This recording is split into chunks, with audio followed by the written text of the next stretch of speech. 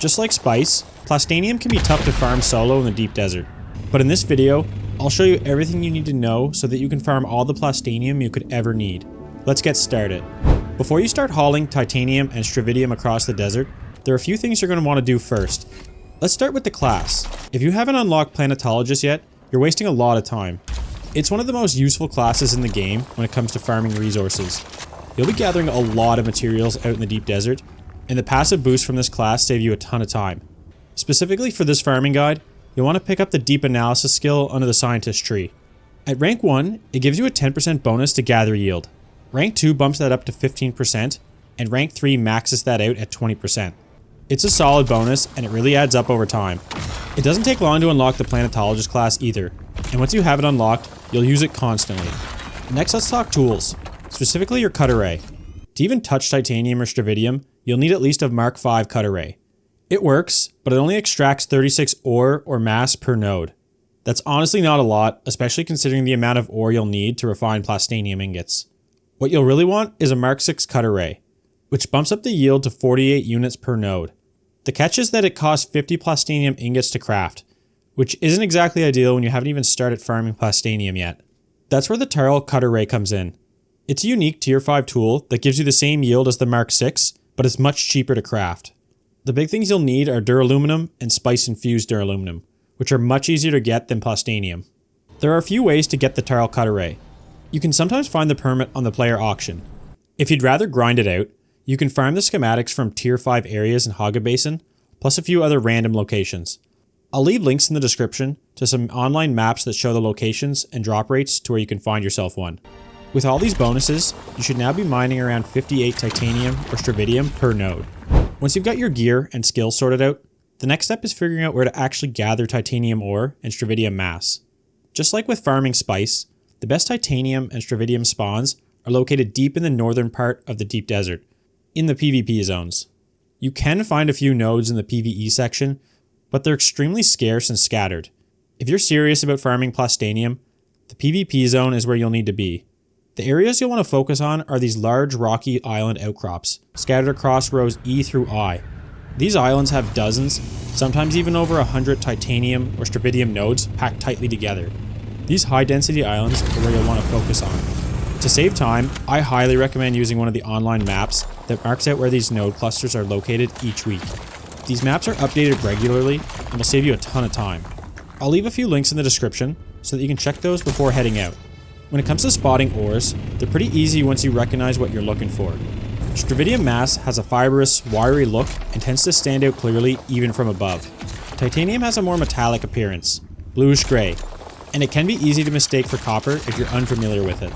You'll also want to plan gathering runs based on weight. Each Plastanium ingot needs more titanium than stravidium, and titanium takes up a lot more space.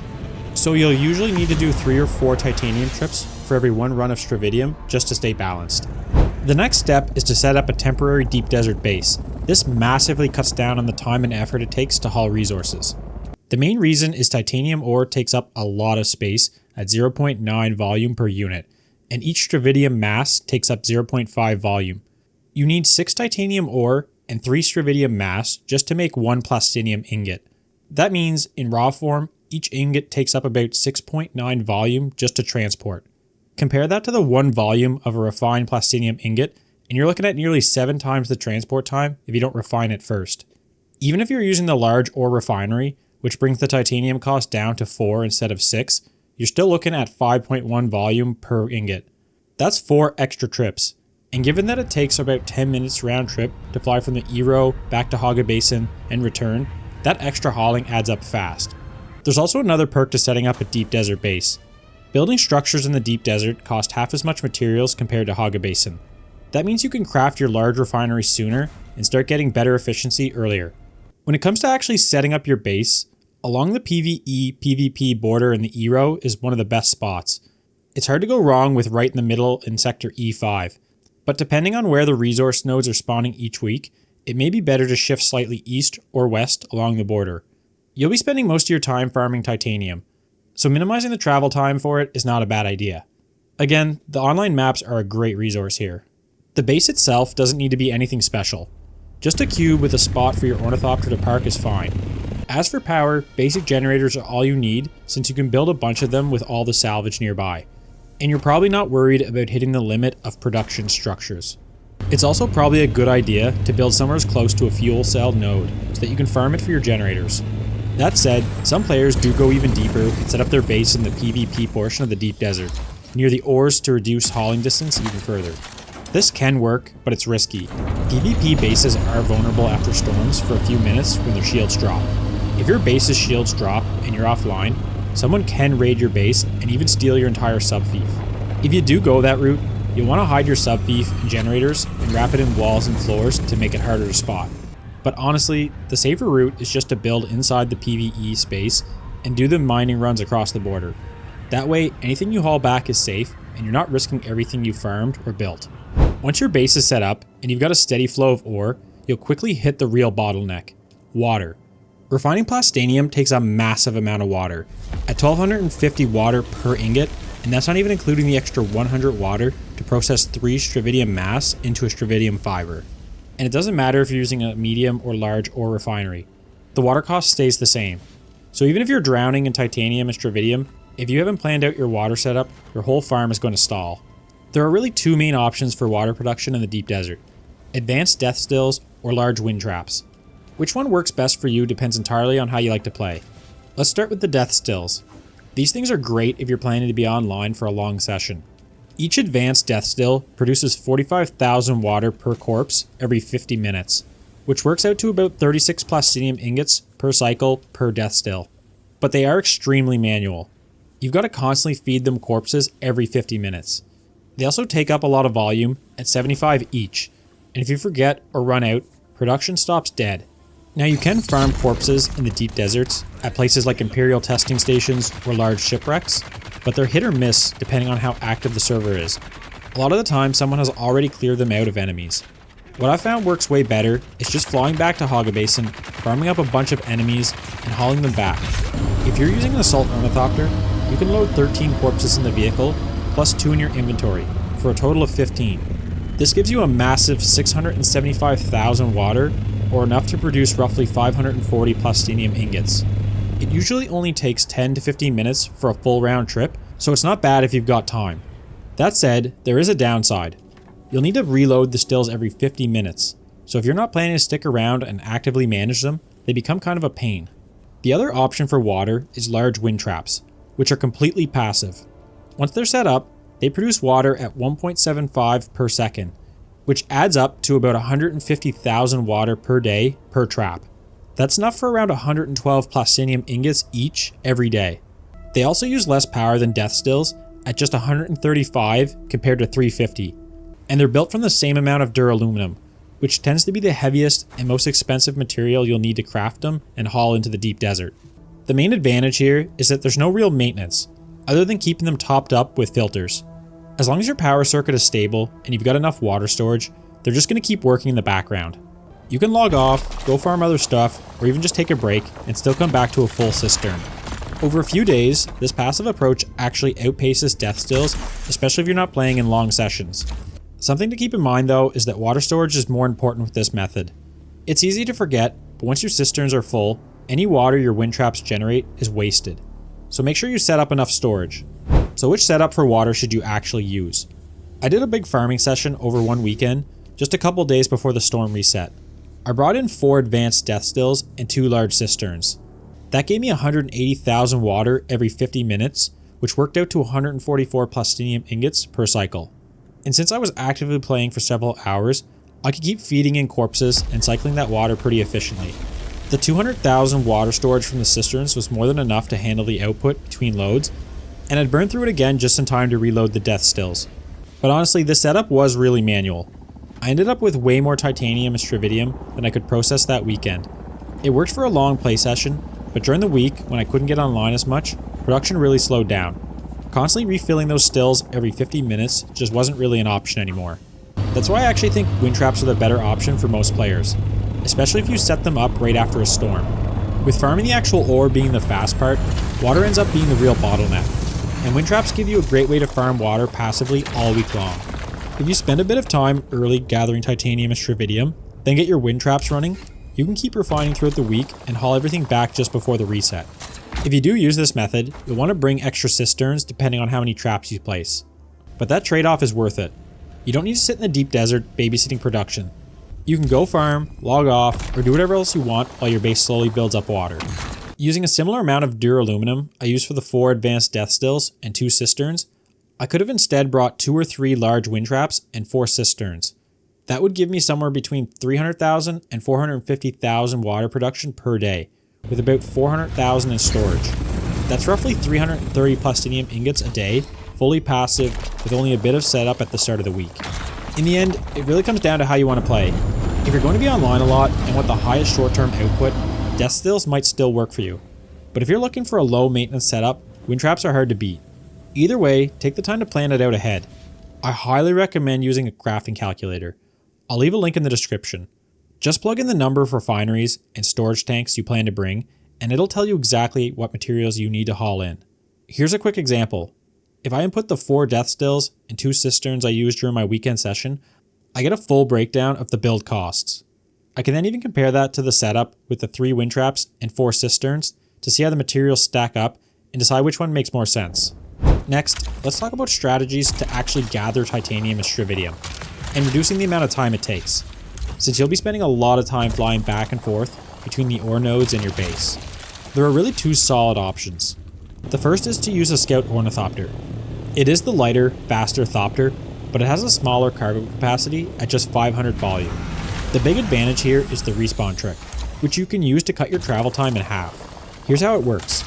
You fly out to the island you want to farm, and before you start farming, you place a respawn beacon.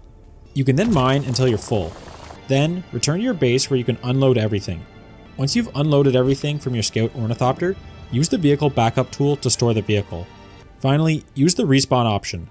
This lets you choose to respawn right at your beacon on the island, and you can immediately start farming again. It completely cuts out the return flight for any subsequent runs. This method does come with a downside though. Every time you respawn, your gear takes durability damage, including your Cutteray, power pack, and whatever else you have in your inventory. It does add up, so it's best to travel light. Bring only the essentials like a Cutteray, a leader john, and a power pack. The second option is to use the Assault Ornithopter. It's bulkier and slower, but holds double the volume at 1000 volume. While you won't be able to use the respawn trick with it, since you can't store the Assault Thopter, the extra capacity makes up for this. This ends up working out to a similar amount of time compared to the Scout Thopter. The big benefit here is no durability loss to your gear, since you're not dying and respawning each time.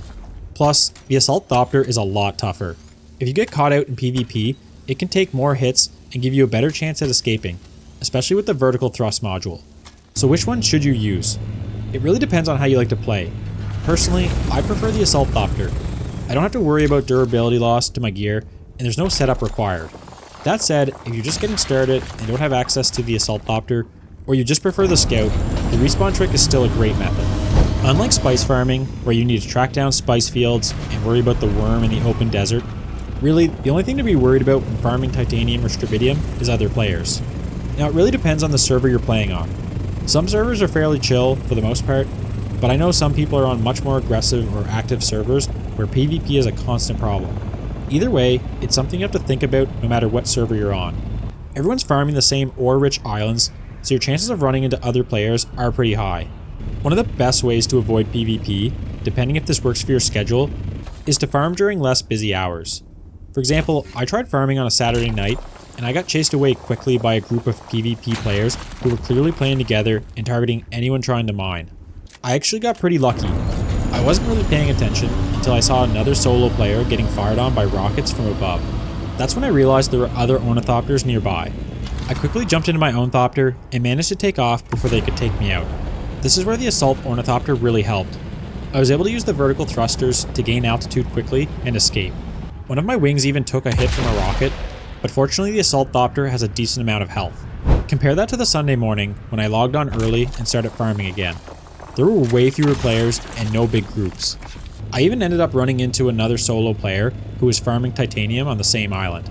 We didn't say anything, but they stayed on one side, I stayed on the other, and we just mined in peace. The only real downside at that point was that both of us were farming the same nodes, which took a bit longer to respawn. Later that same morning, I even ran into a group of 2 players while I was farming Stravidium. At first, I was a little nervous since one of them was airborne in an Ornithopter, and I wasn't really sure if they had rockets or just inventory modules. Thankfully, they didn't bother me, and honestly, I think they were just watching each other's back while farming. Either way, it's another good reminder that farming at off-peak times can really make a big difference in avoiding PvP encounters. It's also super helpful in general to watch other players when you see them. Most solo players, especially those just farming, will have inventory modules equipped rather than rockets, since you can't have both. If that's the case, you usually just have to worry about a potential ground fight, and even then, most players aren't looking for trouble. But when it comes to larger groups, it's a different story. In most bigger groups, at least one player is probably going to be running rockets instead of inventory storage. Once you got your desert base up and running, and you're hauling back loads of titanium and stravidium, and you're starting to process plastinium, you'll want to consider upgrading from a medium to a large ore refinery if you haven't already. It's definitely worth considering once you have enough materials, especially since the large version is significantly more efficient. With the medium refinery, each plastinium ingot takes 6 titanium ore and 1 stravidium fiber, plus the usual 1250 water. The large ore refinery brings that titanium requirement down from 6 to just 4 ore per ingot. The stravidium and water costs do stay the same whether you're using a medium or large refinery, but since titanium is what takes up the bulk of your farming time and cargo space, upgrading to a large refinery lets you stretch those resources further and produce more ingots per haul. It might not be quite as game-changing as the large spice refinery, since water is still the bigger bottleneck when it comes to plastinium, but it's still absolutely worth the investment if you have the materials. Especially since you're refunded all your construction materials when you tear down everything at the end of the week and haul it back before the storm hits. Again, I do recommend using a crafting calculator to plan things out. Compare what you need to build a medium refinery alongside your water system, whether that's Deathstills or Windtraps. You can then compare what it would take to build the large refinery instead with the water farm of your choice. So that's it. I hope this guide helped. Feel free to drop a like if it did, and let me know in the comments if you've got any other strategies for farming in the deep desert. And if you want more guides like this, consider subscribing. Until next time, thanks for watching.